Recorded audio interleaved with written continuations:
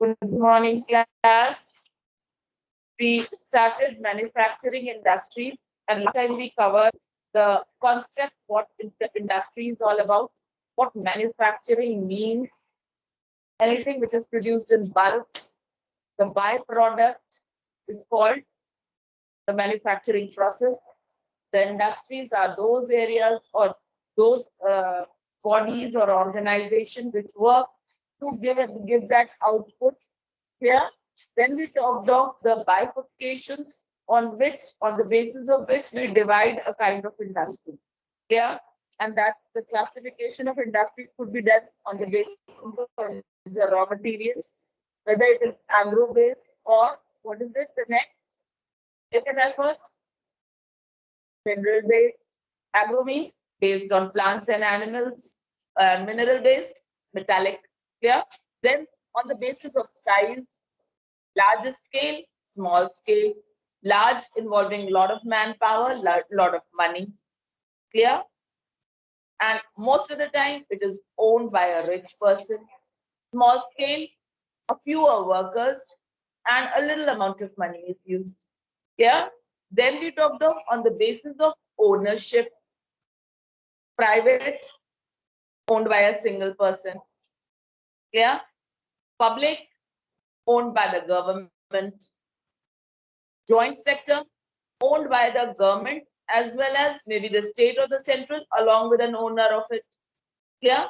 Then cooperative, that means those industries which are the products in their original form are dealt in making it a product ready to sale, like the milk industry or the milk producing industries, where the milk is produced as a raw material and then it is even packed and delivered by the same person. Then it is the cooperative. Okay, is this much clear to each one of you? Now we move on to the next, factors affecting location of industry. Now where the particular industry is or has to be, what are the factors which we have to keep in mind before opening up a factory? कहीं पे भी आप नहीं factory किसी भी चीज की खोल सकते हो. You have to think of some major things. Can you just name a few without reading? What should be kept in mind while you're going for a factory establishment? Yes, Jay. Availability of water. Then Ma'am, safety measures. safety measures comes that we can install. The safety measures could be done once you install an industry. Yes, what did you? Labor, that means the people should be available. Yes. Yes, it's connectivity. It's connectivity. One major factor you're forgetting. The raw material, leave the land. They cannot do it on space. Okay. The major factor is the availability of the raw material. ठीक है ना, cotton कहीं grow हो रही है तो उसकी industry कहीं और लगाओगे तो बेटा तुम्हें लाने ले जाने में ट्रांसपोर्टेशन में इतने चार्जेस देने पड़े. Whereas if a cotton plantation is here and next closer to its place, if you build up a factory, it will be helpful. So the source of material is a major clause. ठीक है ना? Now let us read. See, they have given you also availability of raw materials. This is the first point only, that the thing that you're going to put up a factory for, that raw material should be closer to you. Instead of commuting and going and giving a lot of money in transportation to bring that product here where your industry is. It is better to take your industry, establish it there next to the raw material source, isn't it? Okay, so here we go. This is an important factor for setting up any industry. Mostly industries are located near the places of availability of raw material, as they use heavy and bulky raw material, such as iron and steel industry, sugar mills, etc. Now, iron and steel, iron is itself a heavy metal, and we also, if we do not put up the industrial place where we are extracting iron from, if we put it somewhere else, don't you think this heavy thing has to be taken to the industrial area? And this commuting, this transportation could have been avoided had it been closer to the raw material source, isn't it? So this has to be kept in mind. Now they are telling you the availability of raw material and what are those? The land. For setting up an industry, sufficient land is required to construct buildings and for other infrastructure to perform industrial activities. Obviously, we cannot build up a factory in the air, so we need a land area. It should not be in the, people where they are residing and you start building up a factory. You need to have a secluded area, a little far away from the residential area, and a land should be there and available for you to put up a factory or an industry. Next factor is labor. Some industries are labor intensive, which require huge skilled and unskilled manpower to perform different activities. Example, cotton textile, where large number of people are required for plucking of cotton balls, for spinning, weaving, dyeing, packing, etc. Therefore, there should be availability of cheap labor. So we need people for our industries and the labor, which are especially the industries which are labor intensive. That means which require a number of people for their working. Not those iron and steel industries which are basically done and carried out by huge machines which are doing the major work. Clear? Though manpower is still needed, especially in a country like India, we do need, because in spite of being everything mechanized and techno savvy, there are people who are still dependent on manpower, isn't it? So leave that aside. Let's talk of the things that labor. Now, the labor could be skilled or unskilled. For many things, you need skills. That means you should know the art, like for making that cloth into a proper garment, making that big, huge cloth to be turned out as a dress, you need a skilled person. But for plucking a cotton ball, do you need a skilled person? You and I can go and do that, isn't it? So that doesn't need a skilled labor. So many a times, skilled as well as unskilled labor is employed for various industries. Next, we talk of power. Power or energy is the most to run machinery in the industry. So there should be continuous supply of energy, especially for aluminium and copper smelting, which require continuous supply of power. Now, even in the iron industries, the huge furnace to burn up and to melt the iron, we need a lot of generation of power. The energy is used to a lot extent. So power is the basic source which is used in most of the industries, even the smallest one, to turn up a simple machine also to get the product done quickly. Yeah. Next, we talk of capital. Aha. If you do not have money, you can't do that. Capital means the amount to be put to start an industry. So let us see. Capital is required for several purposes, with purchase of land, capital goods, raw materials, and operational expenses. Therefore, there should be proper banking and finance facilities around the industry. So the word is clear, you need to have capital, and capital, that is the basic money, is needed. Call it for buying lands, who's talking? Call it for buying lands, call it for appointing the laborers and the other working people, buying machinery, looking after the transportation. Everything depends on money, capital. Clear till here? Next, we go on to transport facilities. Now, availability of raw material was one. Clear? What are we doing? We are doing the factors which affect where we are supposed to put up an industry. So the first factor is we should be nearly close to the raw material source. The second factor is the transportation. That means the industry anyhow would be a little away from the town or the city, right? The area where you are digging and excavating minerals or anything or any byproduct would be a huge land where you're doing it, and next to it you have established your industry. Now this automatically tells you that this wasn't a residential area where you were working, because supposing you put up your industry next to a cotton factory or next to a cotton plantation. So here is a huge cotton plantation, next to it is the industry. That means the markets would be a little away from there, no? Yeah. So for that you need transportation. So the next important thing is transportation facilities. Industrial areas should be well connected with different modes of transportation, such as roads, railways, airways, as these facilities are required to carry raw material to the industries and the finished product to the markets. So you need, understood?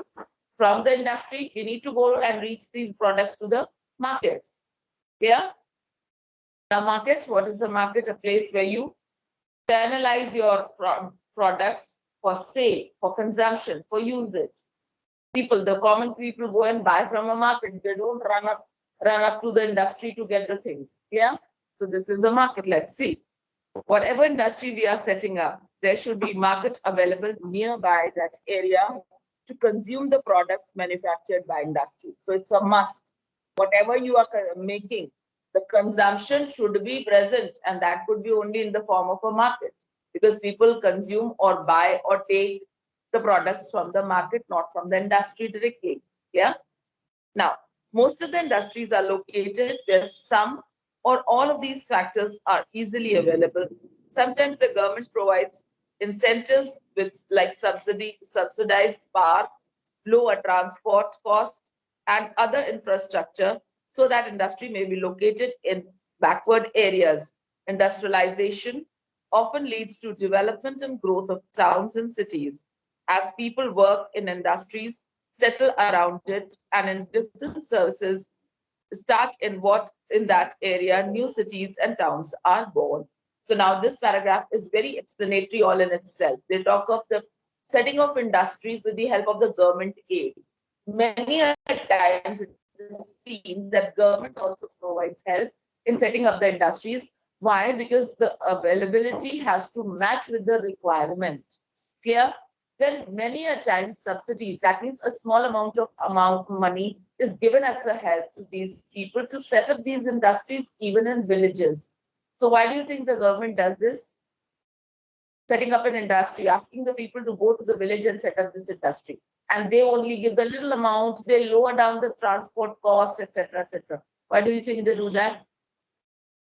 For the growth of villages and the backward areas, plus the people could be involved in some kind of a work. They get a job once the industry is there. The people in the village do get employed because they could act as laborers there. Clear? So this is an important factor. Then they're telling you that wherever the industry is, most of the time it is seen that because of the give and take, small towns and cities, they start developing. Clear? Supposing there's a cotton industry where you're producing the clothes, don't you think there would be markets to take away these finished projects? Once the markets are there to take up the finished products, obviously the people will know, oh, here we get the cheaper cloth. They will start buying from here. Since buying and then going back to their house needs a lot of distance, so they might start settling there. And then grows the town. And then later on, this town develops into a huge city.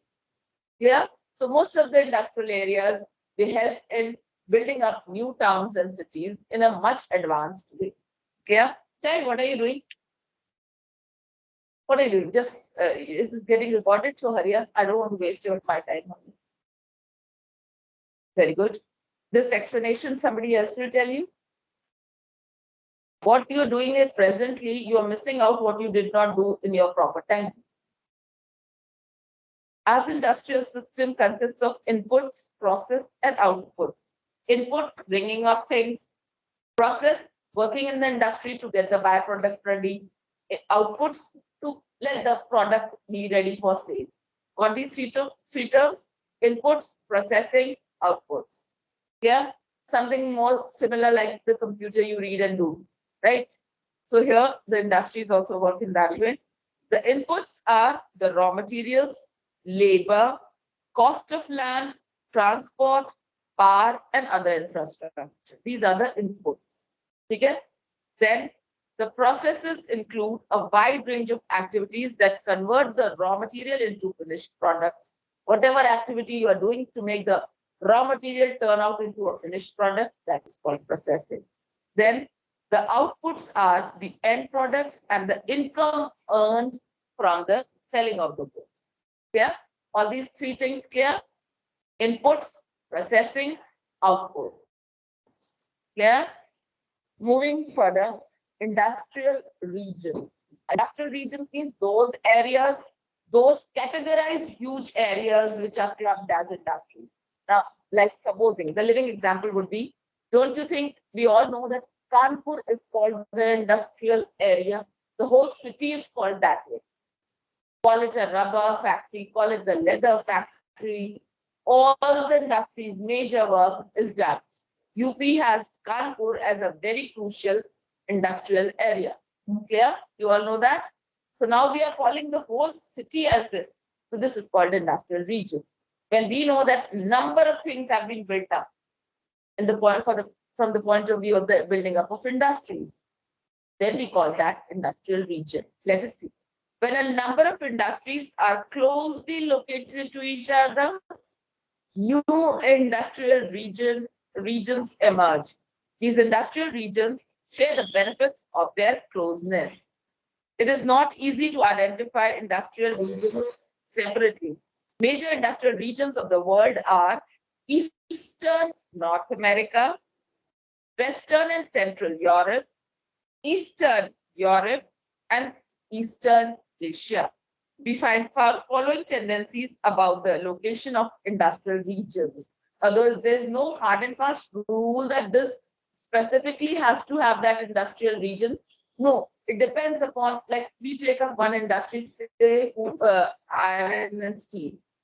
Now, iron and steel, the raw material is accumulated and placed at one place in maybe called one industry, where smelting and molding of iron is done in large, huge furnaces. The bird, they are given shapes.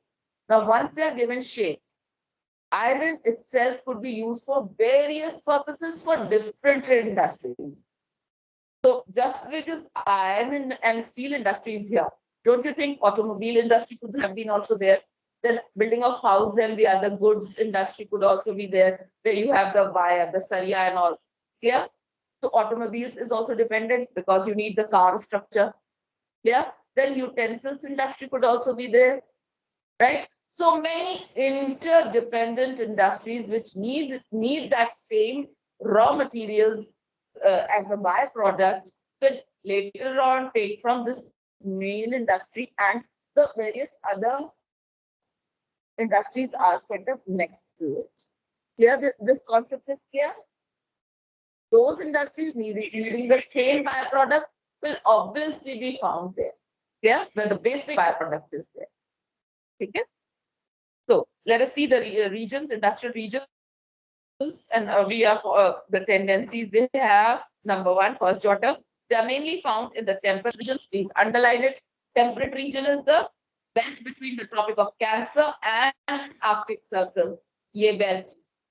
Yeah, and the southern Tropic of Capricorn and the Antarctic Circle. That is the temperate region. Did you get that? Did you get the image in your brains? Okay. Next, many industrial regions are found near seaports. Sea being the easiest and the cheapest means of communication, transportation. So most of the industries are set next to the seashore, next to the water body. Clear? Next, they are especially found near coal fields. Now, coal is an important source of energy. So if you set up any industry, if you are next to the coal industry or any which is giving you the electricity supply, you definitely go for it. Because most of the machines, they are dependent on the amount of electricity you need to work those machines. Yeah? Then industrial regions in India. This is also very important because we need to know this. Several industrial regions are found in India, such as Mumbai, Pune cluster, Bengaluru, Tamil Nadu region, Hooghly region, Ahmedabad, Vadodara region, Chota Nagpur industrial belt, Visakhapatnam, Guntur belt, Gurgaon, Delhi, Meerut region, and the Tiruvananthapuram industrial cluster. So these are the few which you need to know. Yeah, out of these, at least 5, even if you can know and remember, it will solve your purpose. The highest number of question, a mark question could come of 4 marks. Yeah. So if you are able to name at least 4-5 places, the work is done. Yeah. Industrial development in India. We'll do this. Is there time? Let us do this. Industrial development in India. In India, the development of organized industries was started in 1854. Please underline the year in which it started properly working in India, the industries, and that was in Mumbai. Please underline Mumbai also, the name of the place. And cotton textile was established. So first industry to start about 1863, and that was the cotton textile industry. Underline cotton textile. And I hope if you've seen Guru, have you seen a movie called Guru? Abhishek Bachchan and Aishwarya. I would recommend you to see it. Once you'll understand, it deals with the first textile mills here, how it got established. It will take you to that time where you come to know what all was done. Okay, so if you wish like pertaining to your chapter, you can see that. Next, in 1855, please underline the year.